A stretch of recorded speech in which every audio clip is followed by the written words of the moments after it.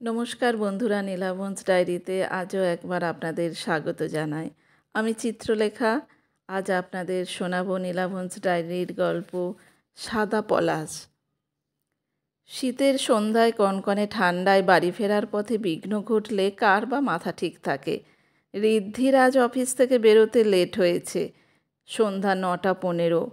সে cyber crime ডিপার্টমেন্টে কর্মরতা। লেকটাউনে ফ্ল্যাটে বাবা মায়ের সঙ্গে থাকে। লেকটাউন আর মাত্র 10 মিনিটের পথ, তার মধ্যে গাড়ি গেল বিগড়ে।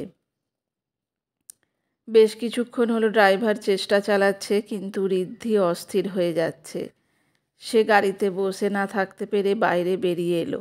ফোনটা নিয়ে ঘাঁটাঘাঁটি করতে লাগলো।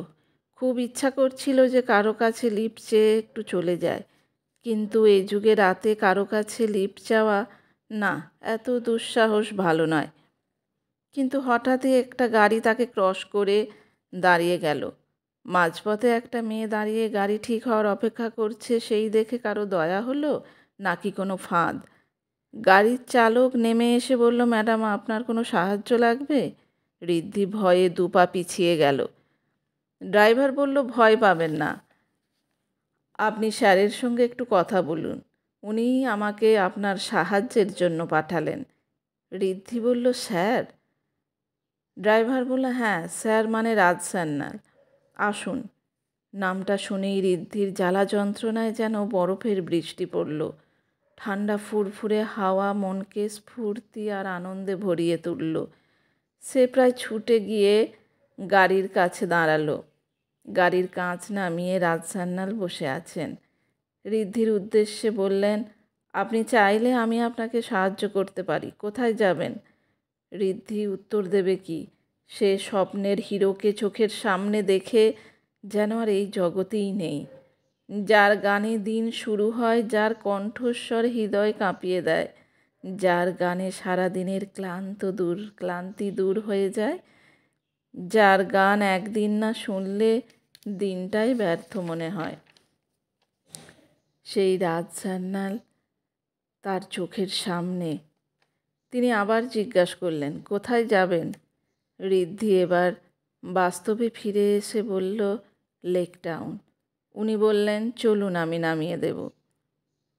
আর কোনো কিছু না ভেবে ঋদ্ধি রাজ সান্যালের গাড়িতে উঠে বসে। তাড়াতাড়ি ব্যাগ থেকে ডায়েরি বের করলো অটোগ্রাফ নেওয়ার জন্য। অটোগ্রাফ নেওয়ার পর ঋদ্ধি বলল, আমি আপনার ফেসবুক, ইনস্টাগ্রামের ডেইলি ফলোয়ার। প্রত্যেকটা আপডেট সবার আগে দেখার চেষ্টা করি। আপনার গান তো আমার সর্বক্ষণের অনুপ্রেরণা। তাছাড়াও আপনি মানুষ হিসাবে নিঃসন্দেহে যে ভালো। আজ আমাকে এইভাবে সাহায্য করলেন, সারা জীবন মনে থাকবে আমার। রাজ সান্যাল হাসতে হাসতে বললেন, তুমি কি করো? ঋদ্ধি উত্তর দেয়, আমি চাকরি করি। ঋদ্ধির মনে মনে ভয় হচ্ছিল, এই বুঝি রাস্তা শেষ হয়ে যায়। আজ তার সেই গানটা খুব মনে পড়ছিল, যদি এই পথ শেষ না হয়। আবার নিজের উন্মাদনা কমিয়ে মনে মনে ভাবল, যতই আপনার প্রশংসা করি বা আপনার প্রতি ফিলিংসের কথা বলি, আপনি আমাকে একজন ফ্যান ছাড়া আর কিছুই ভাববেন না। আমি শুধুই আপনার ফ্যান নই, ভীষণ ভালোবাসি আপনাকে। আপনার গানের প্রত্যেকটা কথা, প্রত্যেকটা শব্দ অন্তর থেকে উপলব্ধি করি।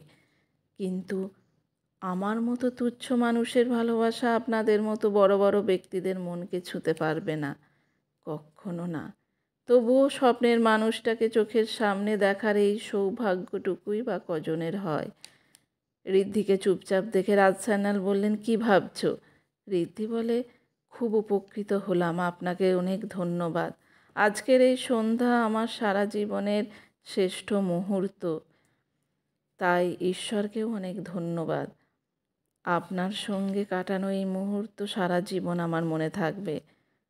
আর একটু আবদার, just for a moment I want to touch you. এই বলে ঋদ্ধি রাজ সান্যালকে জড়িয়ে ধরল। রাজ সান্যাল আপত্তি করলেন না। ঋদ্ধির পিঠে হাত দিয়ে বললেন, ভালো থাকবেন, আপনার গন্তব্য এসে গেছে। কত সাধনার পর প্রাণের মানুষটিকে কাছে পাওয়া, তাকে ছাড়তে চাইলেও ছাড়া যায় না।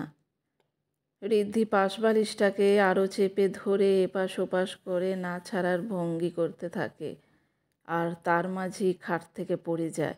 মা শব্দ পেয়ে ছুটে এসে বলে, আবার আজও পড়ে গেলি?